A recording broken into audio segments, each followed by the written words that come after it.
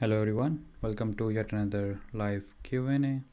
As usual, audio test 1 2 3.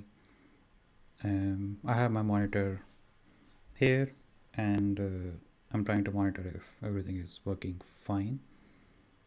I think there is some lag, but it should be okay as soon as we get going. And yeah, I can start to see the feed on my left hand side. And yeah,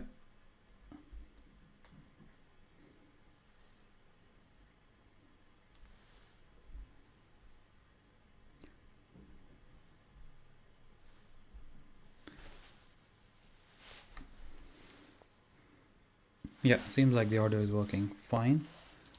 There is some small background noise, but I think we should be okay. Audio seems fine. There's a bit of lag, but it seems okay. And that's good to know. Yeah, there is some lag, but it's good to know that the audio is working fine.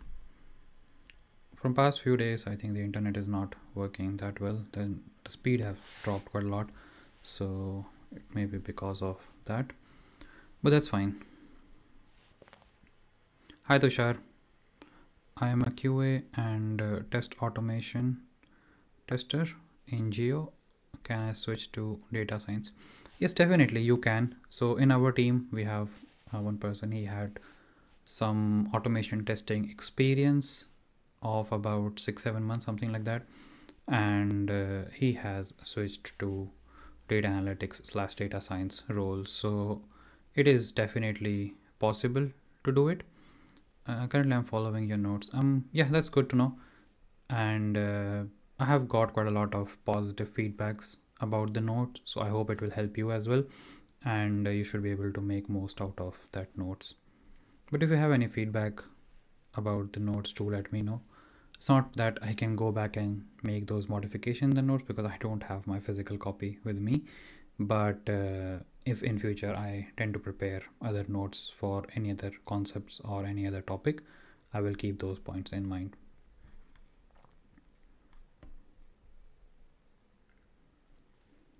Hey Goku, yeah, it's been a while. I'm doing good. How are you?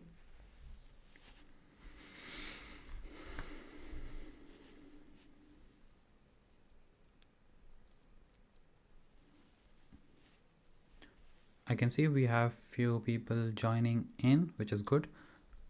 Yeah, what are your guys? What you guys have planned for your weekend? So I was thinking to meet a friend today, but seems like the plan is off. So it's not a big deal. Tomorrow, my wife and I we are going for some fun activities like bowling and stuff. So it's going to be fun Sunday. What are your plans? Hey Ashutosh,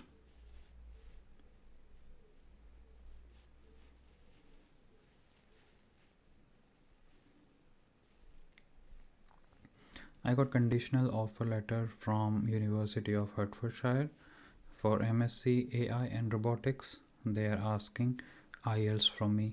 Yeah, these days I think more and more universities are asking for IELTS. So it's safe to take IELTS and keep it ready with you.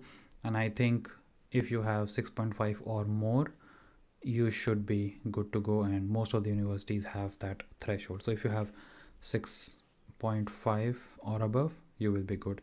And I think there's another requirement saying that in each of the modules, so there are 4 modules: listening, reading, writing, and speaking. So you should not have 6 or below in each of those modules. So I think that's the kind of requirement most universities have. So if you are able to score that much, you should be able to apply to any university and you will be able to fulfill their condition.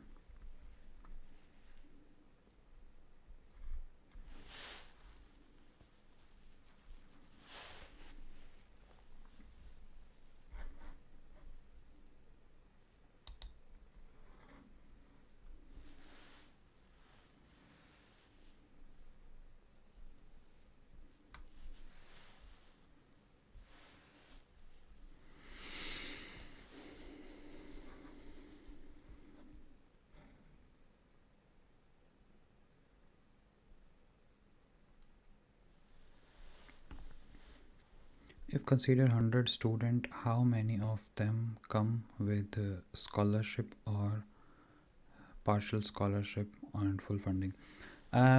Fully funded masters is quite rare, maybe one or two, even less than that. But if you look at partial scholarships, so for example 50% or your living expenses covered or your education fees is covered, something like that, those are also quite rare. I would say maybe less than 3 to 4%, let's say 5%, keep it simple. And as for some sort of scholarship, I think that is quite high. So most of these universities have some merit based uh, scholarship, and when I say merit based, it's purely based on your experience, your scores in your bachelor's, which domain you come from, do you have any um, certifications. And when I say certification, it's not just any core certifications, it has to be some certified and paid certification. When I say paid, it's like Azure, AWS, those kind of things. So they have their associate data engineer, associate data scientist certificates, and there are some professional cloud architecture or architect certificates, those kind of things. So if you have those things, they also help. So yeah, those things, or if you have done something notable. So considering those things, yes, it is possible to get some kind of scholarship, and that ranges from £1,000 to £5,000 and sometimes even more.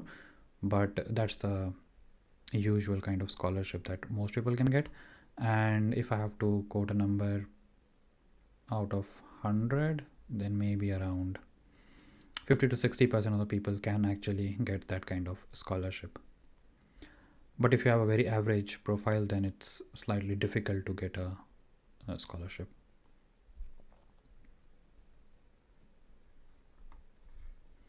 Oh, I think Goku deleted his message.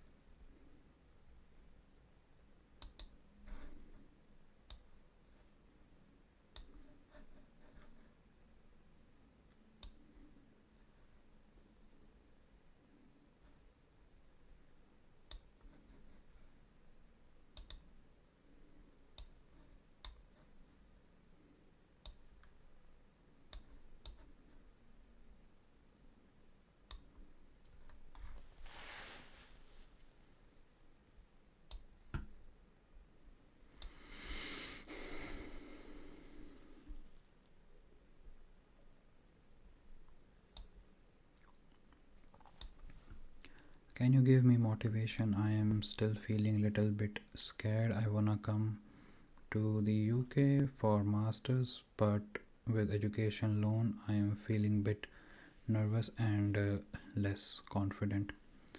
I think it's normal to feel that way. Even I was nervous. Even I had a lot of questions, a lot of doubts. But I think what's more important is that to have that confidence in you, in yourself, and if you have that kind of confidence, you will be willing to go to any extent to gain new skills and work on different projects and those kind of things. So I think the most important thing is to have that kind of confidence and willing to learn, of course, because that is very important. And also you need to be very sure that you really like working with data, and data science is something that you enjoy doing. So that again helps quite a lot, and that's what kept me going, because even I uh, came to the UK and I come from a middle class family. I had to take education loan, and then that thought of will I be able to pay back my education loan? What if I don't get a job and I have to come back to India? And if I come back to India, I will have that much loan on my head, and will I be able to pay it back? So it's very scary. I totally get it. But I think to have that confidence and willing to learn and work and build your profile definitely helps. And then also having some experience helps. So as you mentioned, you have some automation testing experience, which is good, because when you are working on a data science project and when you try to deploy it, before that you will be doing quite a lot of testing, and even after deploying you will be doing quite a lot of testing. So your past experience can come into play, and it will be very handy. And I think you should be able to showcase, and also you should definitely leverage that experience in your CV, in your project, saying that I have worked on so and so project, but I did not just leave it there. I also did these kind of testing to make sure that the application is working fine. So I think those things will give you some edge over other people. So it's important to um, make use of your previous experience and showcase that you are actually using your previous experience and knowledge in your current role as well, or in your current projects. So those things definitely help. And I was about to say one other thing.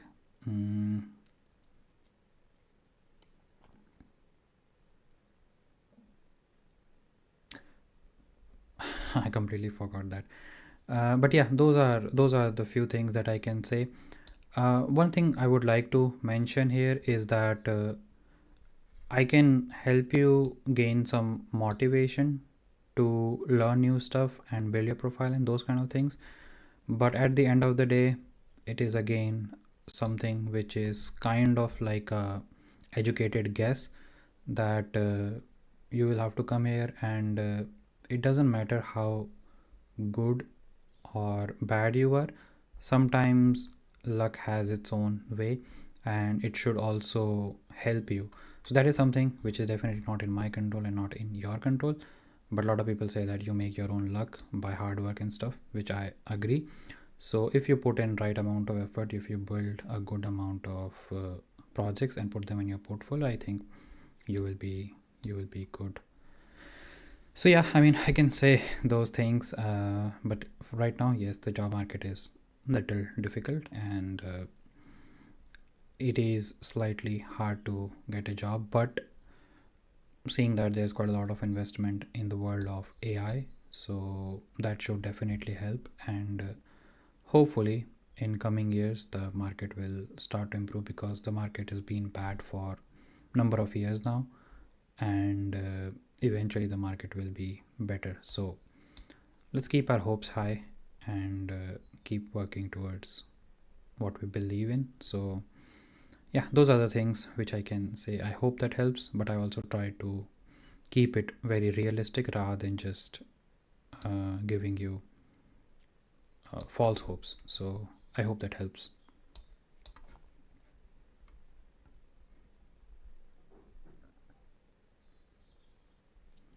People claim that they completed masters with 100% everything was paid through RA. Is it possible in the UK? Can you please let me know what is RA?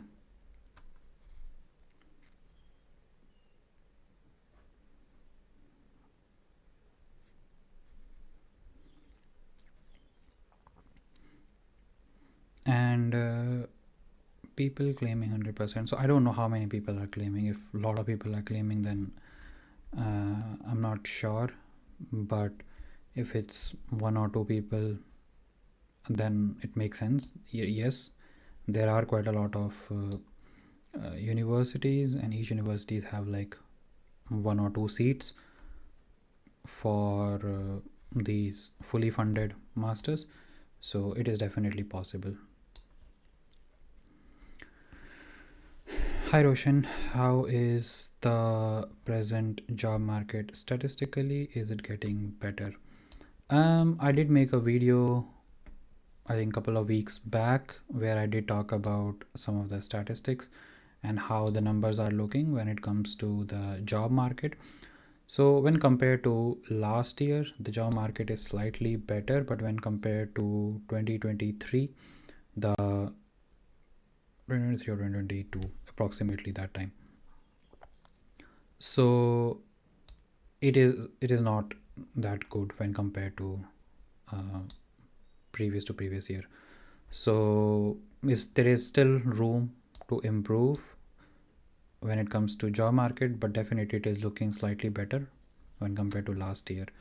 And if you want to know the numbers, I can maybe quickly take a look at Office of National Statistics. That is one place where I try to look at how the job market is doing. So if you are curious, you can also go on to that website and take a look. So let me quickly take a look.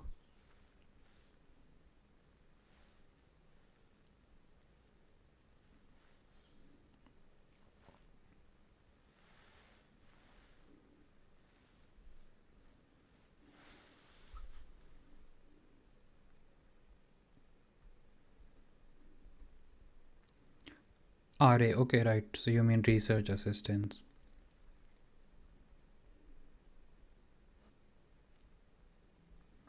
Yeah, so that is a completely separate thing. It's just like an internship when you say research assistant. So when you join master's uh, program, there are certain roles, and but then this is not there in all the universities. Well, all the universities have this particular role, but when you join a particular university, it may or may not be there. So it all depends on whether that vacancy is there or not. So if you are able to find that, then yes, definitely it pays well, and you should be able to pay back your university fee, as well as you will be able to save some for your living expense and those kind of things. So yes, it is possible, and I think I have heard. Um, I actually read in one of the articles where a person applied for masters and he also found a role which was this research assistant role, and he applied for that and he got that, and then he didn't have to the um, pay the fees, the tuition fees, and then he made some money, which was probably the minimum wage, which helped him in his living expense. So that is also something which I personally haven't seen quite a lot. It was just probably one odd case, but yes, that is also possible. So yeah, there are different mechanisms, and yes, research assistant job is quite popular for master students.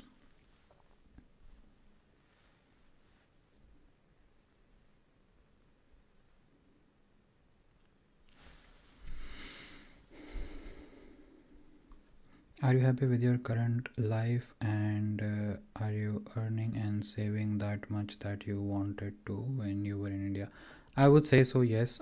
So the kind of income I had in India, and the kind of living standards I had in India, I was not fully satisfied. But yes, here I feel like it's a lot better than what it was when I first had a job in India. So yes, I am happy and satisfied with my current situation.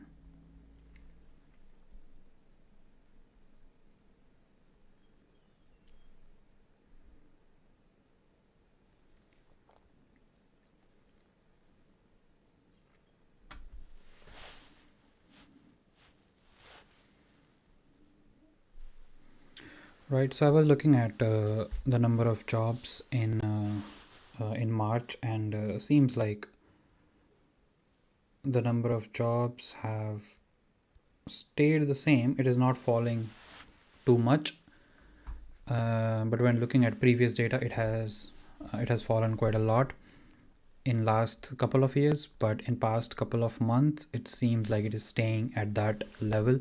So that suggests that at least the number of jobs in the market is not falling and is staying constant. Now we need to hope for the trend to go upwards so that the number of jobs in the market will increase. So yeah, I made a video a couple of weeks back. Please do check that video out. If something new happens or something happens positive, I will definitely make a follow-up video as to how the job market is in the UK. In a single batch in university of say 300 students, approximately how many students get job? Here in data science, do you have any idea? Just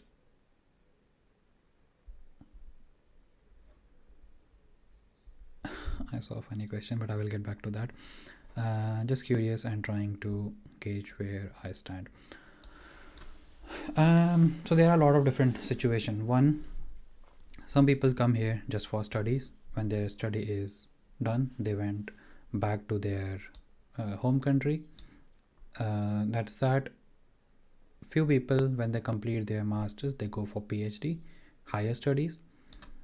And then there are few people who do masters and then they think that no, this is not the right field for them, so they go for another master's or some other education, some other field. So they completely switch their background.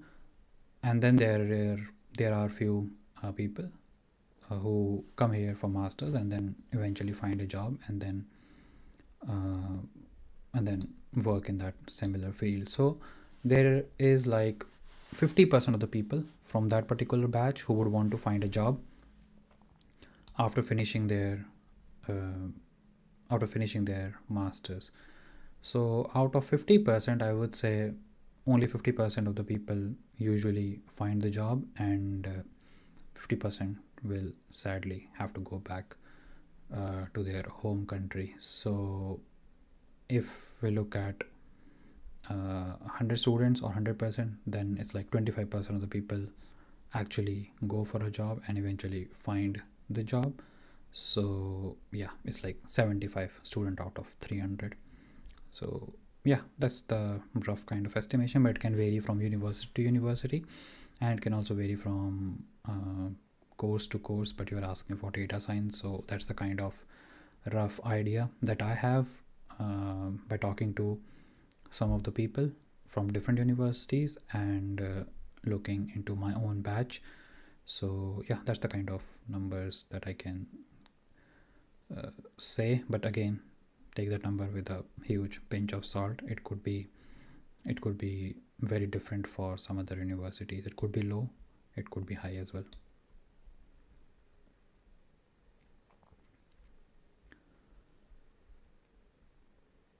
How is it possible to get rejection on Sunday? It happens, mate.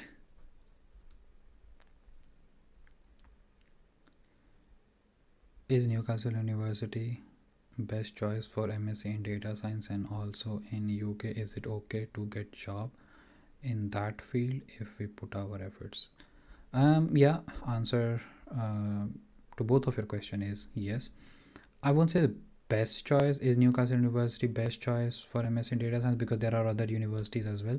For example, University of Edinburgh, Cambridge University, Oxford University, those kind of universities.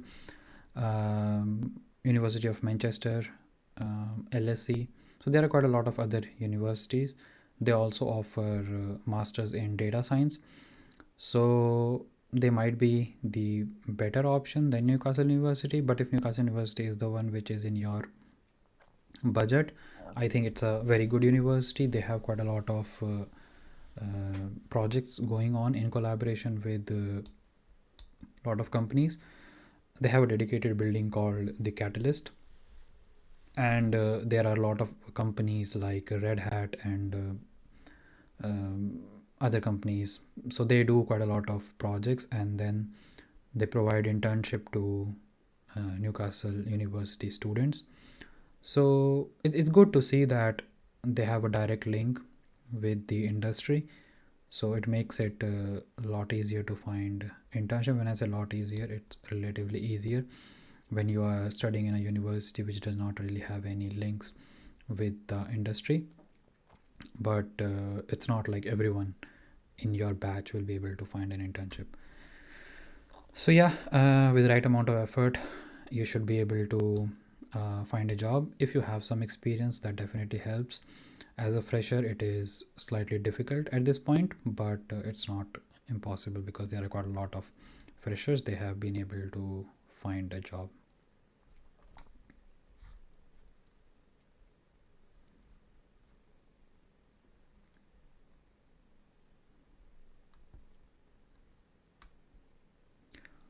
You're welcome, Samita.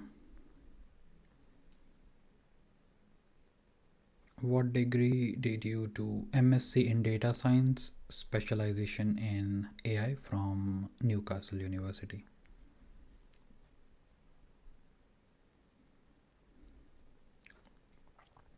Plus, what are the ways of getting my resume checked? It's surprising for me that even though I have extensive experience, portfolio, and local Innovation UK experience, still getting rejections. So I did talk about this in one of the live Q&As and probably in one of the videos as well. There are quite a lot of ghost jobs on LinkedIn.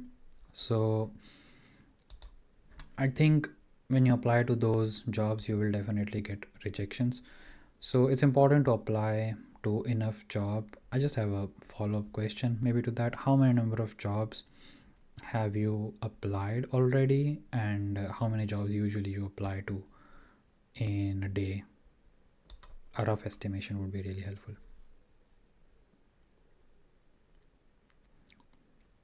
Please make a video on Hertfordshire University. I saw very less people got the relevant job after their masters.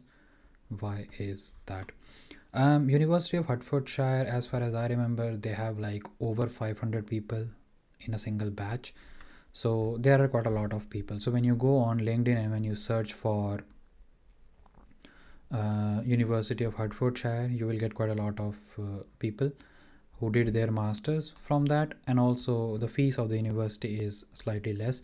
So there are quite a lot of people who are not really that serious join that university, and then obviously if they are not serious and if they are not putting right amount of effort, they will struggle to find a job.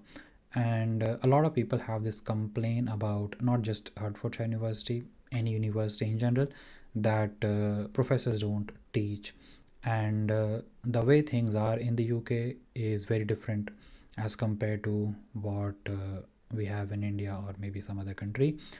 So in India, it's more like spoon feeding. So they will teach you every single thing, and if you just remember all of those things, you'll be able to clear a lot of exams. But here you will be provided with all the materials. There are a lot of recorded lectures, there are a lot of reading material, so you'll have to go through all those things, and then you'll have to work on a lot of projects on your own. But if you face any issues, if you're struggling to understand any concept, professors will be there to help you. You can always ask them questions. There are a lot of labs, they will be there to help you with the issues that you're facing. But then most of the things are going to be done by you, and it is more like self-learning. So a lot of people, I think, struggle to do that, and they wander off in different directions. They struggle to find that direction, what all things they want to learn, and in what area they need to specialize. So those are the things which people really struggle with. And it's not like professors don't help in those things, but you'll have to go to them, you'll have to ask these questions to them. You need to tell them that I have interest in computer vision, or I have interest in natural language processing. What are the concepts that I should learn? What are the type of projects I should work on? And if you ask these questions, they will know that yeah, you are actually interested in learning so and so things, and they will provide you some other material maybe which are not there in the university, and it is not provided to everyone. But if you ask these questions, they might help you with those things. So you have to be different from the people who are either not interested, or if they are just way too confused what they actually want to do. So that's the reason why you might see a lot of people struggle to find a job when they complete their course from University of Hertfordshire or any other university for that matter. Newcastle University is a Russell Group university, and it ranks quite consistently in top 150 universities in the world, and still there were students who couldn't find job after finishing their masters from that university. So it's not entirely about the university itself, but it has a lot to do with what kind of motivation you have and what goals you have set for yourself and how well you are working towards your goals. And a video about Hertfordshire University. So usually what I do is I reach out to quite a lot of people from a lot of different universities, and so far, well, there are very few people who actually want to come onto camera and share their experience.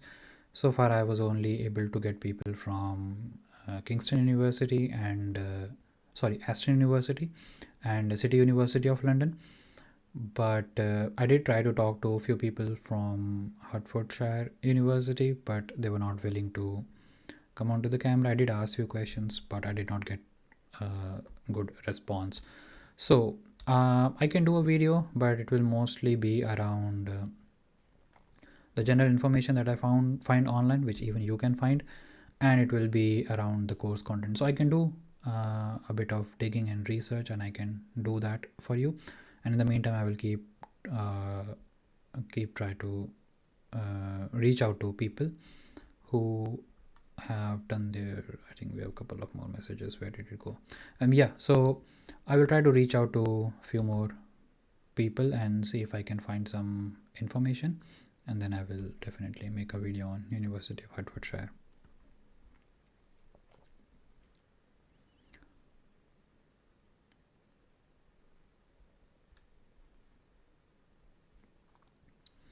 I was working in a bank prior to my MSc in data science, so I tried for other roles like credit risk analysis and got more calls as compared to DS roles. So should I target such roles and later move towards DS? That's a very good point, Soumita.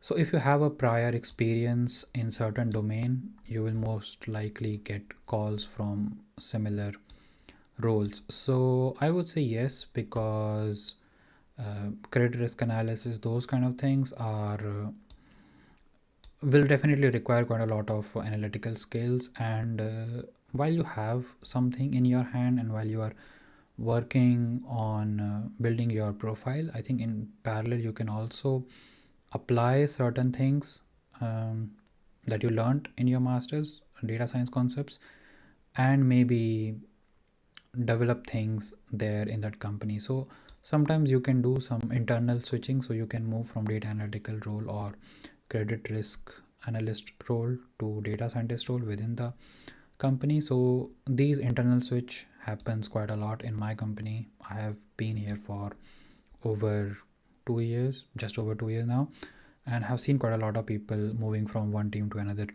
team. Some people who joined the company as designers or project managers or electrical engineers, even electrical engineers, but then they very quickly found out that they like data analysis, they like data science sort of things, and then they did some course, they did some certifications and those kind of things, and then they were able to switch from their traditional role to data science role within a company. So yes, it is definitely possible, and if you have some experience in certain things, I think it is advisable that you try to find something which is very closely related to your past experience, because it has more likelihood of getting you a call and eventually a job. So once you have a job and eventually if you're able to find a sponsorship, then I think you will have a lot more flexibility to switch to another job, because you will have some cushion around you, and you will not be panicked by the visa duration and timeline, those kind of things.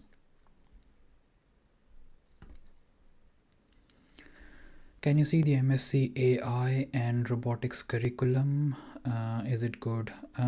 Sure, I can maybe make a note of it, and I will take a look, and we can maybe discuss it in next video.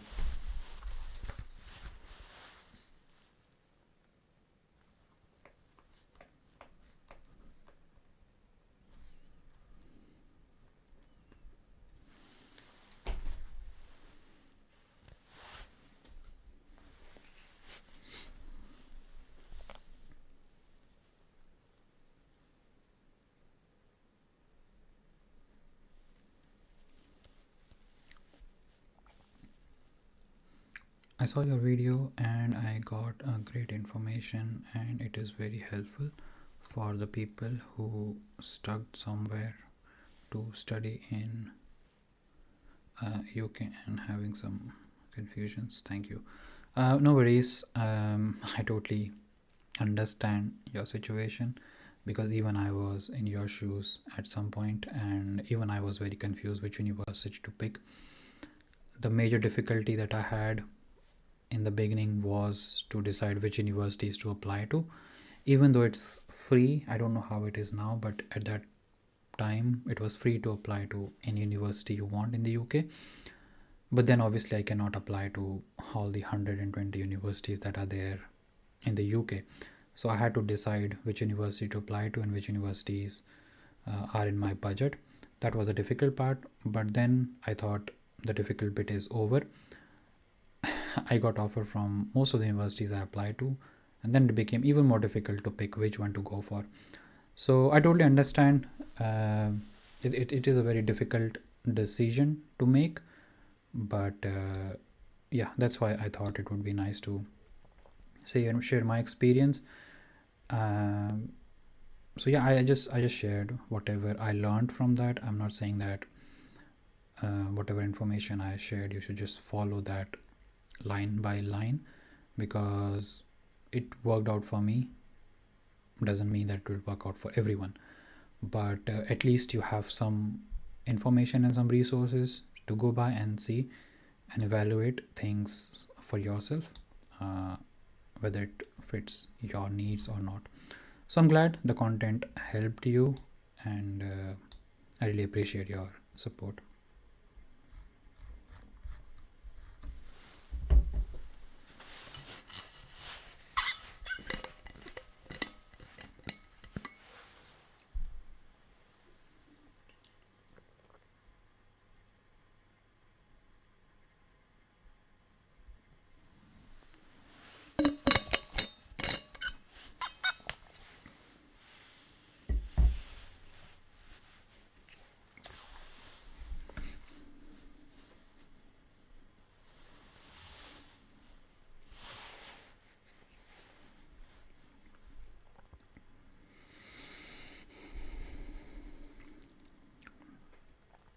I got a chance to extend my dissertation research into further work for a joint publication as a honorary research assistant.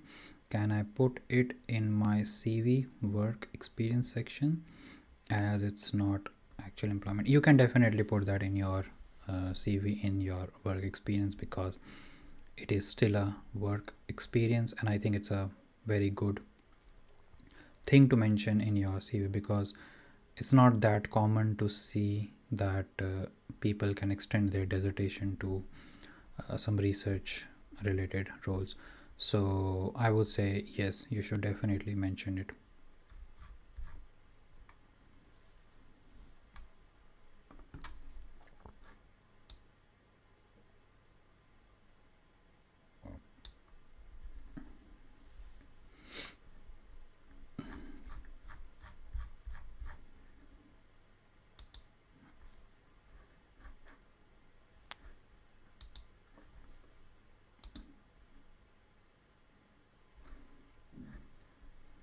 By the way, did you guys try this new Ghibli AI trend that Chat GPT is currently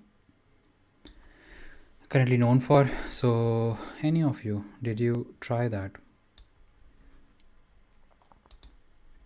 I personally did not, because I personally feel like it is something which a person created and spent so much time to master and made it his signature style, but these AI tools, they just copy those things and make it so generic that it just doesn't have any meaning anymore. So I'm a big advocate of AI tools and things. I am in data industry. I use these AI tools day in day out, and it has increased my productivity quite a lot. But this is something, it's like copying someone's work. Legally, yes, art style cannot be copyrighted and stuff, so they can just use all the images available in public domain to train their model. But still, ethically, it just doesn't feel right. So I did not give it a go. I did not try it, and I'm not going to do it. I'm not going to follow the trend and stuff. But if you guys tried, what are your thoughts? Do you think it works well, or do you feel that yes, it is not right and you also did not try it? What are your thoughts?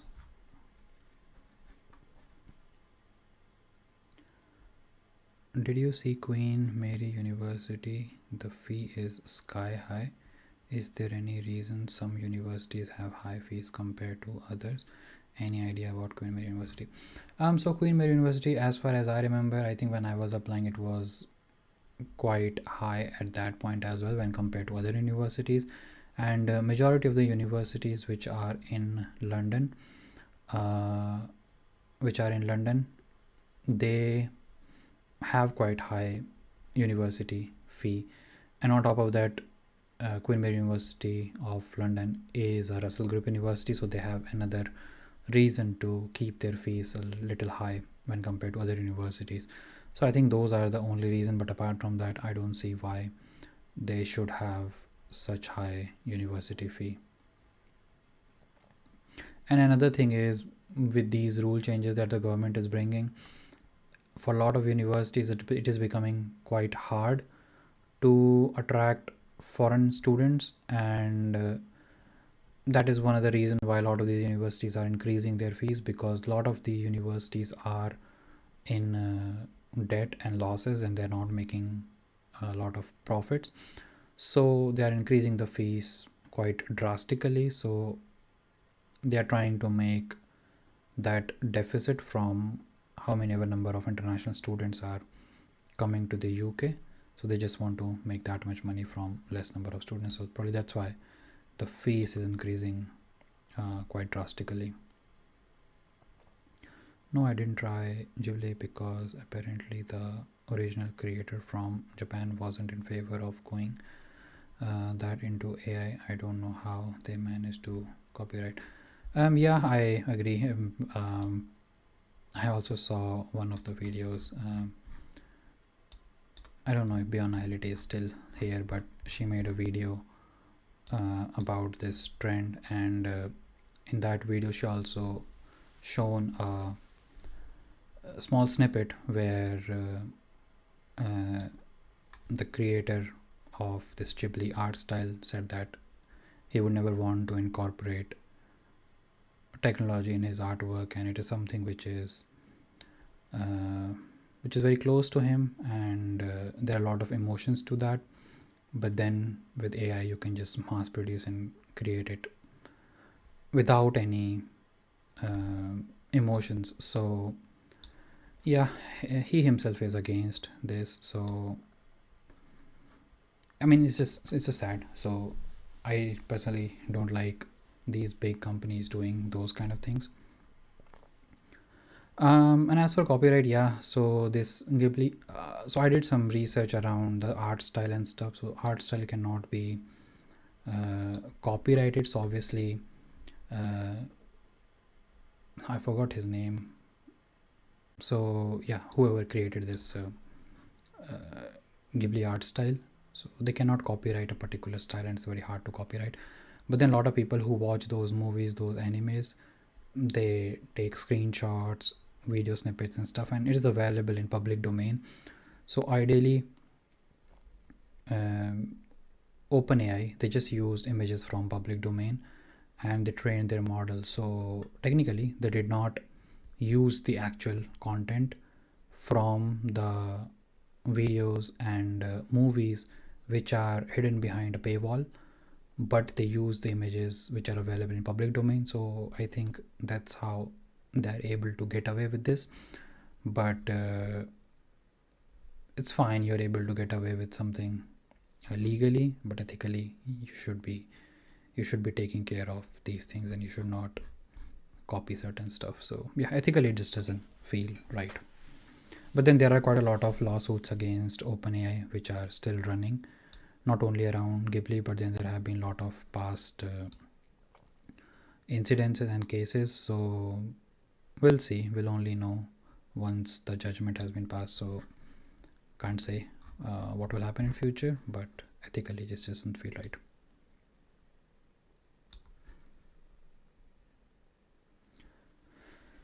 But for ChatGPT, I read reports saying it added a big number of users in short amount of time. Yes, they have. So I think they were able to beat all the past records.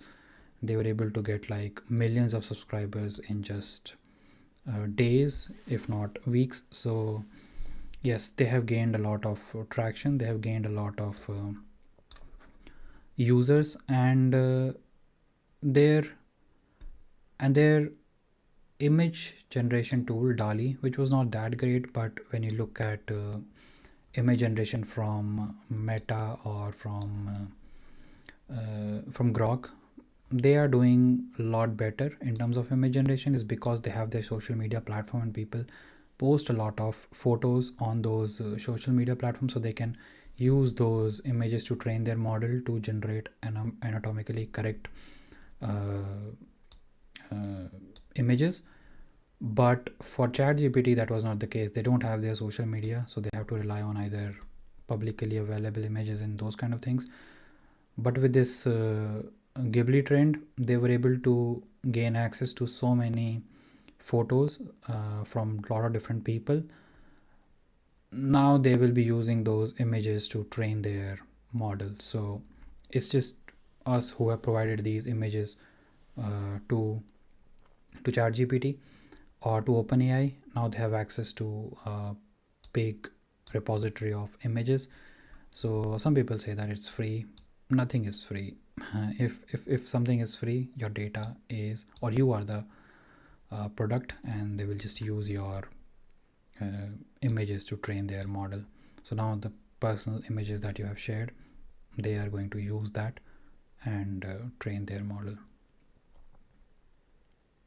Can vegetarians survive there? Yes, absolutely. I am a vegetarian, and I don't find it hard to make anything. So whatever you want, you will be able to get it. There are a lot of these stores. They have this world food section, so there you should be able to find specific items that you only get in your home country. So it is totally possible to survive here as a vegetarian. Before going for masters, do you have any experience in data science? If not, how you learned everything in 1 year and got job in UK? What are the things you followed mostly? So I started my career as a big data engineer, so I had some idea about data and things around that. And when I was working there was a specific machine learning team, so I used to interact with them quite a lot, and I learned from various courses like Udemy and stuff. And later I found that I have interest in data science and machine learning, so I started contributing to those projects, not officially, just as a hobby. So I learned quite a lot there, and then I also took applied AI course, so that gave me quite a lot of knowledge about data science, and I learned a lot of concepts, so that helped me a lot. So I had experience not directly in data science, but big data engineer. But then I also did a lot of freelance projects, and then I also work for a very small startup and stuff. So I think those things helped quite a lot to gain some experience and build profile. And then in masters, it was all about building profile and portfolio. I already knew few things. Well, I already knew quite a lot of things before coming here. That's why I specifically chose 1 year masters, because I didn't want to spend too much time on learning things which I had already learned. So that was my case. But if you're someone who doesn't have any experience in data science, we had quite a lot of people in our batch with zero experience in data science. Even they came from pharmaceutical background, so no programming knowledge at all. So even they were able to cope with the 1 year master's program. It's just it requires a little bit more effort, little bit more time, but then it is possible to cover everything in 1 year. And I personally think 1 year is a sweet spot, simply because sometimes when we have like 2 years of masters, we feel like yes, we have 2 years, and we spend way too much time on learning something which we can learn in less time.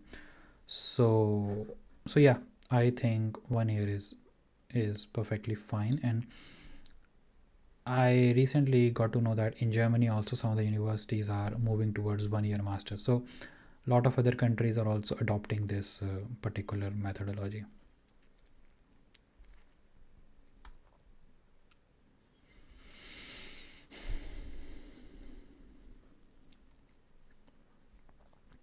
Yes, I agree with the ethical front of using AI, and I believe it's just the beginning, and this is going to be a grave concern for AI industry if not handled properly. I totally agree.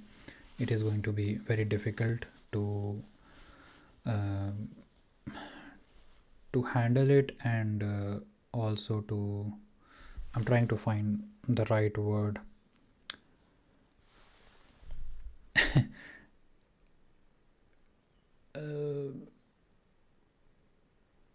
Yeah, they need to put right amount of rules and regulations around AI, like in what industry AI should be used and in what industry it should not.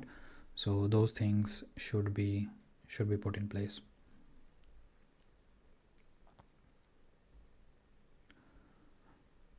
Okay, so basically OpenAI got free images data to build their data repository to train more models, so people who thought they are using it for free were in turn providing. Exactly. Yeah, so nothing comes free here, so everything costs something. So yeah, now OpenAI has tons and tons of photos for free, which will be used to train their next image model. And I won't be surprised their next image generation model will perform very good when it comes to human image generation.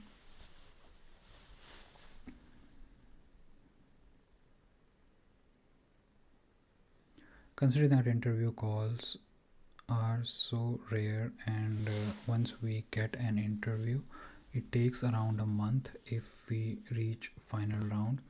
Then if rejected, in the meantime applying to other jobs reduces considerably. A focus is on interview.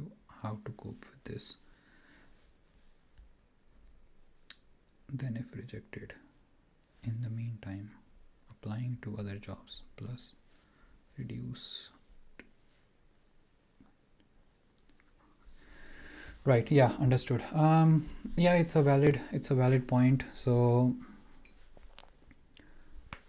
when you're going through an interview process, and if you have covered like couple of rounds, I think you obviously want to prepare well for the next round, but then you cannot just stop applying for jobs because you don't have offer yet, and until you have an offer, nothing's certain.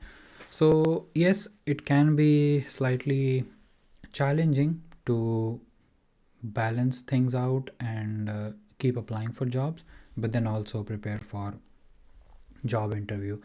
But the thing is, when you are applying for jobs, it's not like you're not preparing anything. You are still working on your projects, you're still learning new stuff. So I think now your learning will be a lot more directed towards that interview. So you'll still be spending the equal amount of time for applying to new jobs and then preparing for an interview. So I think you should just keep following the same routine that you were following before getting a call and started your interview process. So you should just keep on continuing, because I personally did the same thing. I did not change anything, and I just kept applying until I had like a couple of offers, or I was about to get those offers. So yeah, just keep doing what you are doing, and I think it's important to apply at least 20 jobs. And I think I also mentioned this in one of the videos. Not sure if you were there. I think it was you with whom we were discussing the same thing. So I did say that do not try to tailor your CV for each and every job, because it just takes so much time to tailor your CV, and then you might end up applying for a ghost job. So all your effort and time will be wasted. So I would say, yeah, I mean, make a good generic CV and maybe even cover letter if you want to, and use that to apply to as many jobs as possible. And after applying for a month or so, you will see that there are less number of new jobs in the market to apply to. So you will not miss out on any of the new jobs anyways, and then you will have a lot more time to work on your profile and projects and interview preparation. So yeah, you should just have a target of like 20 jobs per day, and once you're done with that, then you can focus on your interview process. I hope that was your question and I was able to answer it, but if not, please do send a follow-up question or maybe clarify so that I can provide a better information.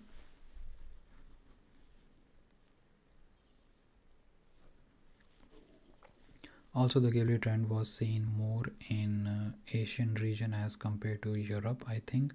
So do you think that it is because of stricter data protection law in one region as compared to?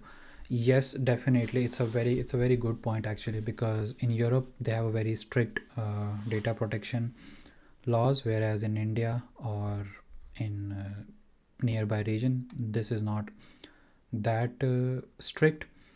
So it definitely helps, and also these companies can actually direct the traffic.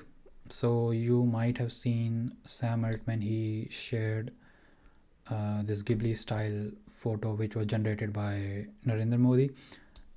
So obviously if he shares those kind of images, it will be very much popular in Narendra Modi's followers, and you might know a lot of the followers are from India. So obviously they can very softly direct the traffic, like which kind of people they want. And I have seen that in India any kind of trend goes viral quite easily. So people don't have a lot of awareness around data protection and stuff, whereas in Europe people are a lot more aware how the data can be used and those kind of things. So yeah, that's a really good point, and I think that is one of the reasons why it became a lot more popular in India. And also these companies, they know how to softly direct these crowd to certain trend, and where this trend should be popular in which part of the country and how to do it. So yeah, that could be one of the reasons for sure. Is IELTS mandatory for Newcastle University? I have applied 1 week back. For many days it takes roughly to get update from the university. I don't know if it is mandatory. I had taken IELTS even before I started applying to any of the universities, because some of the universities didn't ask for IELTS, but then there were some universities, they had this requirement specifically mentioned. So I took IELTS and I kept it ready, and I just provided that in all the applications. But if you want to know, you can go to the Newcastle University, and when you go to English requirement or language requirement page and you select your home country, they will show you what all requirements they have. I think some of the people in my batch, they did mention that they did not take IELTS, so they may not have this requirement, but it's been a while. It's like 3 years now. So you should go onto the website and check the requirement if they have changed anything. And you applied 1 week back and you haven't received any response, so it takes at least a month or maybe sometimes more to get response from universities. So yeah, 1 week is still a lot less, and it might take a little bit more time.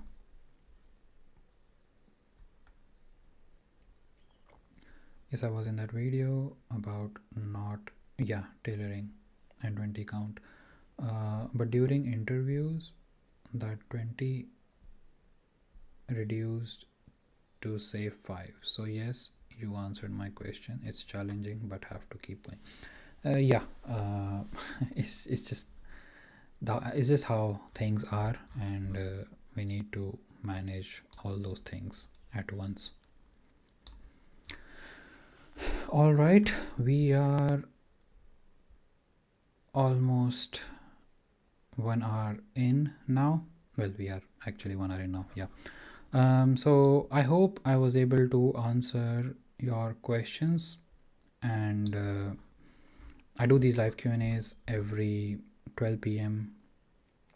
Saturdays, 12 p.m. UK time. So if we don't have any more questions, I will see you guys next Saturday. Have a great weekend. Really enjoy talking to you guys. So have a great weekend. Happy learning. See you. Bye.